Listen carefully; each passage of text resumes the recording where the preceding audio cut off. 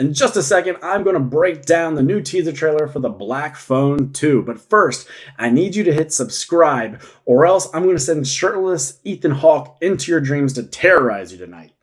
Although I'm realizing it's Pride Month and you may just be into that. So, if that's the case, hit subscribe or else I will not send shirtless Ethan Hawke into your dreams tonight. Oh no! So immediately, right off the bat with this trailer, I am loving that we are getting ourselves out of the suburbs that we're in for the first film and we're picking up in this snowy locale. Snow and horror movies just go together like peanut butter and chocolate.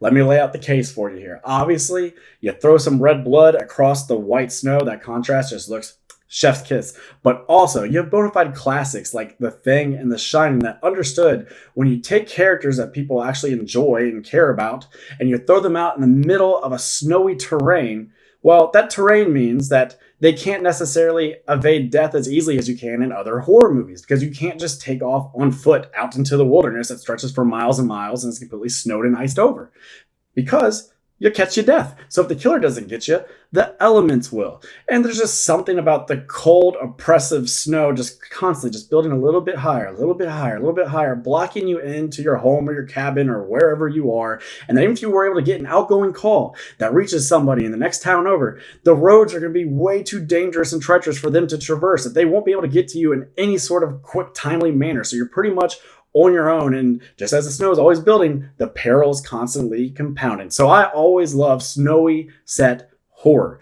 And then I really love that the trailer from there goes, oh, that's not all. We're also going to evoke a little bit of Sinister, another work of Scott Derrickson that a lot of us horror fans love, and that one study said is the scariest horror movie of all time. Now, I'm dubious about the claims of this study. I don't necessarily think that the scientific method here really holds up, but they put a heart rate monitor and a couple sensors on a few folks. They made them watch a bunch of horror movies, and their hearts went the most loco for Sinister. And a lot of that has to do with the audio distortion that happens in the different little movie clips in Sinister. It also has to do with kind of the grainy, gritty, grimy aesthetic of Sinister. And so they bring that here and they induce that in Black Phone 2. So I love that. I love the look and the vibe of that. It just feels dirty. It feels like you shouldn't be watching it. And so even if you're telling yourself, I'm not actually that scared, something almost like subconscious there that tells you like, this isn't right. We shouldn't be here.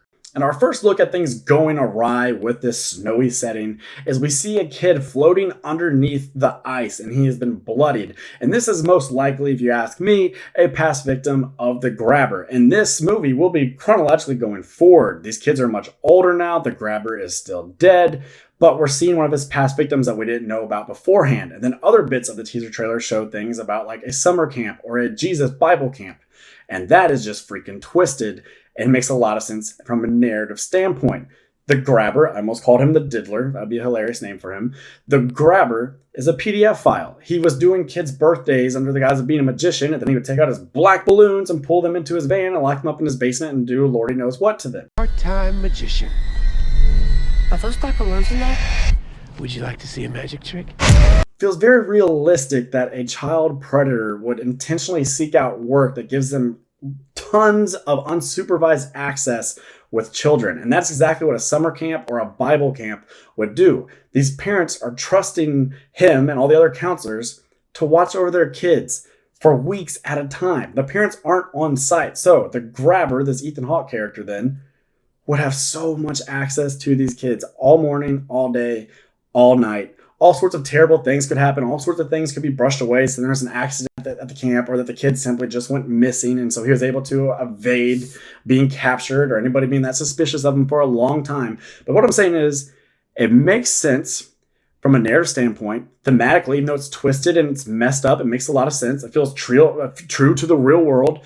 And it's making this guy all the more malevolent of a force, all the more dastardly and all the more just stomach turning disgusting and despicable. And I don't think we've had a villain that feels that unsafe in a major popcorn movie in a long time. And as I touched on, we are going forward. So he is dead. And I know some people might have an issue with that or think that we're jumping the shark here. But to me, it makes sense because in that first movie, the little girl is able to save the day only because she has psychic powers. She has supernatural abilities. They established that these kids' mother had those abilities and she was plagued by the things she was hearing and seeing. And even the brother, he's locked in that basement and he's talking and chatting with dead children over a phone. So the supernatural thing was always very much a part of this universe. And if these kids were murdered in the grabber's basement at this address, and they were able to live on the other plane of existence, then why would he not have the same fate once he passed on at that very same address? So it only makes sense. And I just love that we basically have ourselves like a Freddy Krueger 2.0. It looks like they're going full throttle here. At times I felt like the first movie was a little restrained. Didn't want to show him being too violent with the kids.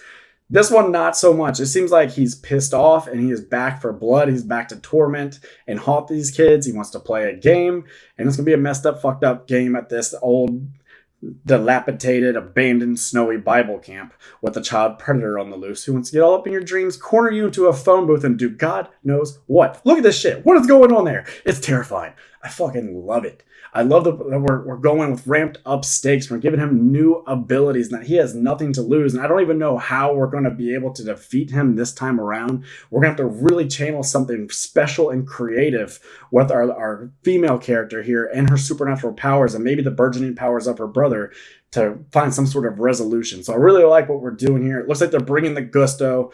There's blood flying around. He's got a freaking axe out there on a frozen lake. He's roller skating with an axe. That for some reason feels like peak 80s slasher, and so I love it. So the movie is maintaining the things that I really liked about the first Black Phone, to where it feels a little bit more demented, a little bit more dangerous with its subject matter and with how aggressive and mean it is at times than most other like Friday Night Fare you would see, especially from Blumhouse. So I love that they're doing that, and they're doubling down on it by invoking a little bit of sinister and by giving him Freddy Krueger powers and making him just way, way, way more vicious. So I want to see what type of kills that the grabber gets in this. I want to see what type of mind games he plays. And again, a phone booth. Can we talk about the phone booth for a second? Why that's a great thing to have in your horror movie? Because you can scan the environment, but the whole time you're doing it, it's that thing of like, okay, the camera's going over here, but it's not seen over here. So what's about to blitz the phone booth from here, or what's behind me? So you're constantly just circling around, looking through these 4 panes of glass.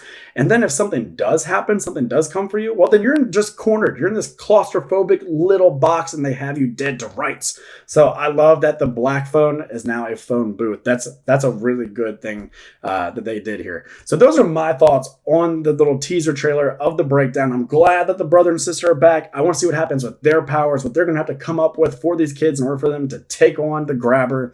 I want to see how many powers they give the grabber, what he's able to do with them, how many people he kills. I want to go and explore his background, even though it's going to be a little stomach churning and nasty. But seems like a lot of potential. It seems like this isn't a lazy slasher or a cash grab. Looks like we're trying to do something distinctly different, not just the same formula as the first one. And we're invoking the name of Freddy Krueger, and that's always good for horror. Is it not? If you enjoyed yourself, then please go ahead and hit subscribe, hit the like button, and come on back for more Nightmare Flicks. And I got one more ask for you. Would you have yourself a great day? I'm Nate for Nightmare Flicks, and that's a wrap.